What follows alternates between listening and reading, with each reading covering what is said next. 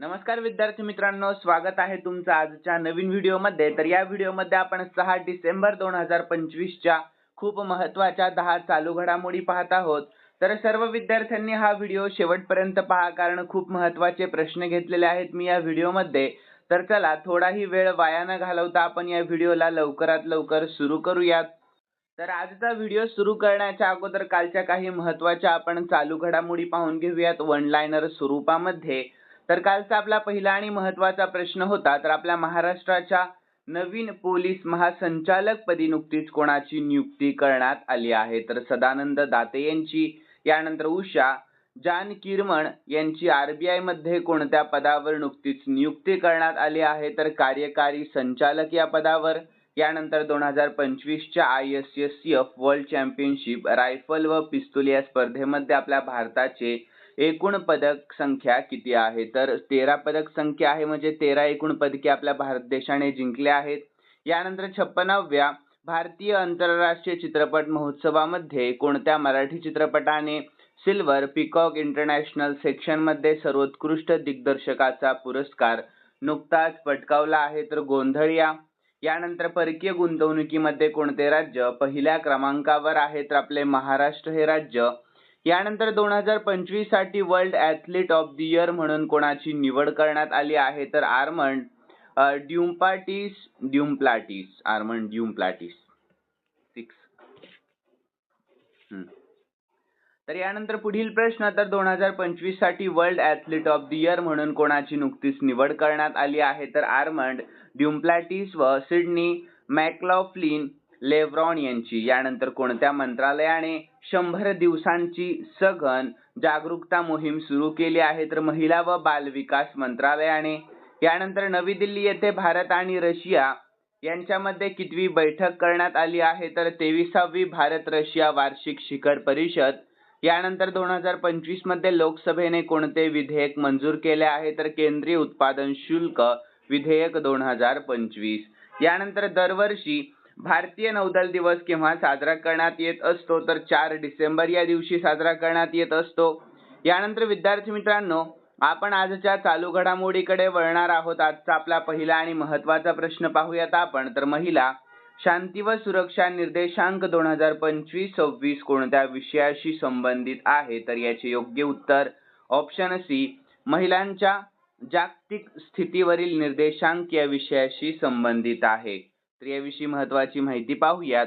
तर हा अहवाल महिलांचे सबलीकरण, सुरक्षा व न्याय यांवर लक्ष केंद्रित करतो। तर यामध्ये जगभरातील देशांमध्ये महिलांच्या स्थितीचे मोजमाप केले जात असते, ज्यामध्ये खालील बाबींचा समावेश आहे। तर कोणत्या बाबी आहेत त्या? तर सुरक्षा, तर महिलांना त्यांच्या समुदायामध्ये आणि समाजामध्ये किती सुरक्षित वाटते। यानंतर दुसरी बाबी समावेश, तर समाविष्टता म्हणजे शिक्षण, आर्थिक संधी आणि राजकीय सहभाग यांमध्ये महिलांची स्थिती कशी आहे। यानंतर तिसरी बाबी आहे न्याय, तर महिलांवरील कायदेशीर भेदभावाचे प्रमाण आणि न्याय व्यवस्थेतील त्यांची प्रवेश योग्यता। यानंतर विद्यार्थी मित्रांनो, थोडक्यात हा निर्देशांक महिलांच्या जीवनावर परिणाम करणाऱ्या अनेक घटकांचे विश्लेषण करून विविध देशांतील महिलांच्या कल्याणाची व शांततेची स्थिती दर्शवतो। यानंतर दुसरा प्रश्न पाहूयात आपण। तर आपल्या महाराष्ट्राने एका महिन्यामध्ये एकूण किती सौर सिंचन पंप बसवून गिनीज विश्वविक्रम नोंदवला आहे? तर खूप जास्त महत्त्वाचा प्रश्न आहे, तर सर्व विद्यार्थ्यांनी या प्रश्नाकडे लक्ष द्या। तर याचे योग्य उत्तर आहे ऑप्शन ए, 45,911। किती? तर 45,911। तर याविषयी महत्त्वाची माहिती पाहूयात। तर विद्यार्थी मित्रांनो, आपल्या महाराष्ट्राने मागेल त्याला सौर कृषी पंप योजनेअंतर्गत अवघ्या एका महिन्यामध्ये 45,911 सौर कृषी पंप बसवून गिनीज विश्वविक्रम नोंदवला आहे, ज्याची अधिकृत नोंद गिनीज बुकमध्ये नुकतीच करण्यात आली आहे। तर हा विक्रम महावितरणने प्रस्थापित केला असून यासाठी प्रमाणपत्र प्रदान सोहळाही पार पडलेला आहे। यानंतर तिसरा प्रश्न, तर कर पारदर्शकतेवरील जागतिक मंचाच्या 18व्या अधिवेशनाचे उद्घाटन कोणी केले आहे? तर याचे योग्य उत्तर ऑप्शन ए, अर्थमंत्री निर्मला सीतारामन यांनी। कोणी? तर अर्थमंत्र्यांनी केले आहे। तर याविषयी महत्त्वाची माहिती पाहूयात।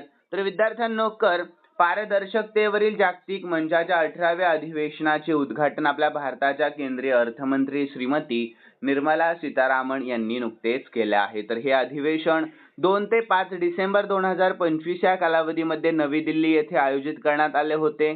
यानंतर चौथा प्रश्न, अर्जुन एरिगेसी यांनी जेरुसलेम मास्टर्स 2025 चे विजेतेपद कोणाला पराभूत करून नुकतेच जिंकले आहे? तर याचे योग्य उत्तर आहे ऑप्शन डी, विश्वनाथन आनंद यांना। कोणाला? तर विश्वनाथन आनंद यांना पराभूत करून जिंकले आहे। तर याविषयी महत्त्वाची माहिती पाहूयात।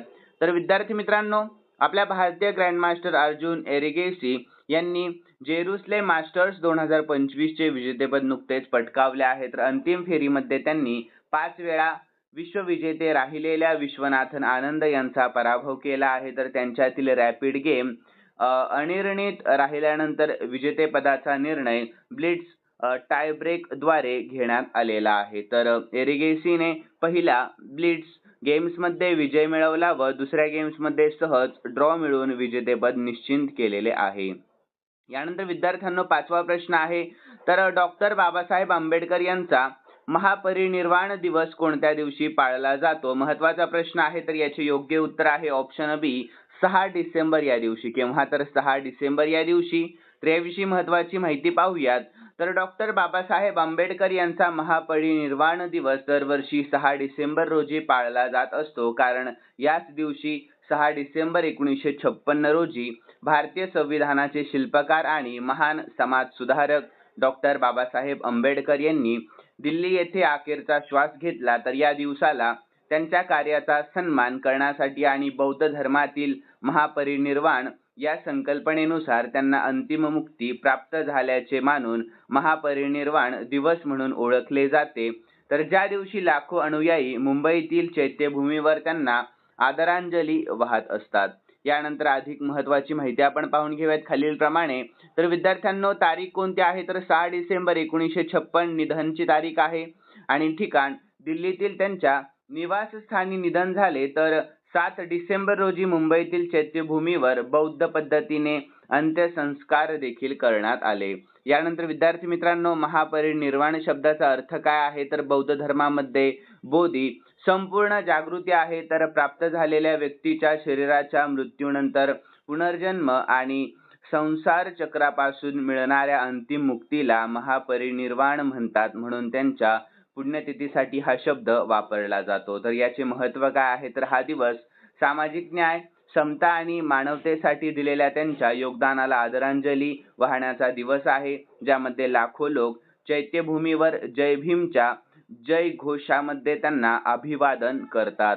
तर विद्यार्थी मित्रांनो, पुढील प्रश्न 6वा आहे आपला। तर माधव खुराना यांची कोणत्या प्रकरणामध्ये विशेष लोक अभियोजक म्हणून नियुक्ती करण्यात आली आहे? तर याचे योग्य उत्तर आहे ऑप्शन बी, लाल किल्ला बॉम्बस्फोट प्रकरणामध्ये। कोणत्या? तर लाल किल्ला बॉम्बस्फोट प्रकरणामध्ये। ठीक आहे, तर याविषयी महत्त्वाची माहिती पाहूयात आपण। तर माधव खुराना यांची लाल किल्ला कार बॉम्बस्फोट प्रकरणामध्ये विशेष लोक अभियोजक म्हणून नियुक्ती करण्यात आली आहे। तर या घटनेमध्ये 15 जणांचा मृत्यू झाला होता आणि केंद्र सरकारने ही नियुक्ती केलेली आहे। तर विद्यार्थी मित्रांनो, यानंतर आपण पुढील प्रश्नाकडे वळूयात। पुढील प्रश्न आहे 7वा। तर मिझोरामचे कोणते माजी राज्यपाल 73व्या वर्षी नुकतेच निधन पावले आहे? तर याचे योग्य उत्तर आहे ऑप्शन डी, स्वराज कौशल असे त्यांचे नाव आहे। काय? तर स्वराज कौशल। तर याविषयी महत्त्वाची माहिती पाहूयात। तर मिझोरामचे माजी राज्यपाल आणि ज्येष्ठ वकील स्वराज कौशल यांच्या वयाच्या 73व्या वर्षी नुकतेच निधन झाले आहे। तर ते 4 डिसेंबर 2025 रोजी दिल्लीमध्ये निधन पावले। तर स्वराज कौशल यांनी 1990 ते 1993 या काळामध्ये मिझोरामचे राज्यपाल म्हणून काम केले होते आणि वयाच्या 37व्या वर्षी राज्यपाल बनणारे ते सर्वात तरुण व्यक्ती देखील ठरले होते। यानंतर ते दिवंगत भाजप नेत्या आणि माजी परराष्ट्र मंत्री सुषमा स्वराज यांचे पती आणि भाजप खासदार बांसुरी स्वराज यांचे वडील होते।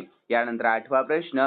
तर DRDOने कोणती प्रणाली यशस्वीपणे चाचणी केलेली आहे? तर याचे योग्य उत्तर आहे ऑप्शन सी, लढाऊ विमान एस्केप सिस्टमचा उच्च गती रॉकेट स्लेज चाचणी। लक्षात ठेवा, तर विद्यार्थी मित्रांनो, याविषयी आपण महत्त्वाची माहिती देखील पाहून घेऊयात.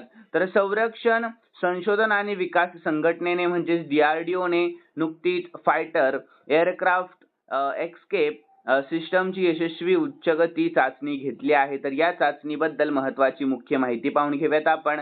तर प्रणाली कोणती? तर ही प्रणाली आपत्कालीन परिस्थितीमध्ये वैमानिकाला विमानातून सुरक्षितपणे बाहेर पडण्यास मदत करते आणि ठिकाण तर ही चाचणी चंदीगड येथील टर्मिनल बॅलिस्टिक रिसर्च लॅबोरेटरीच्या सुविधेवर घेण्यात आलेली आहे. तर गती तर नियंत्रित वेगाने 800 किलोमीटर तास या गतीवर चाचणी यशस्वीरित्या पार पडलेली आहे.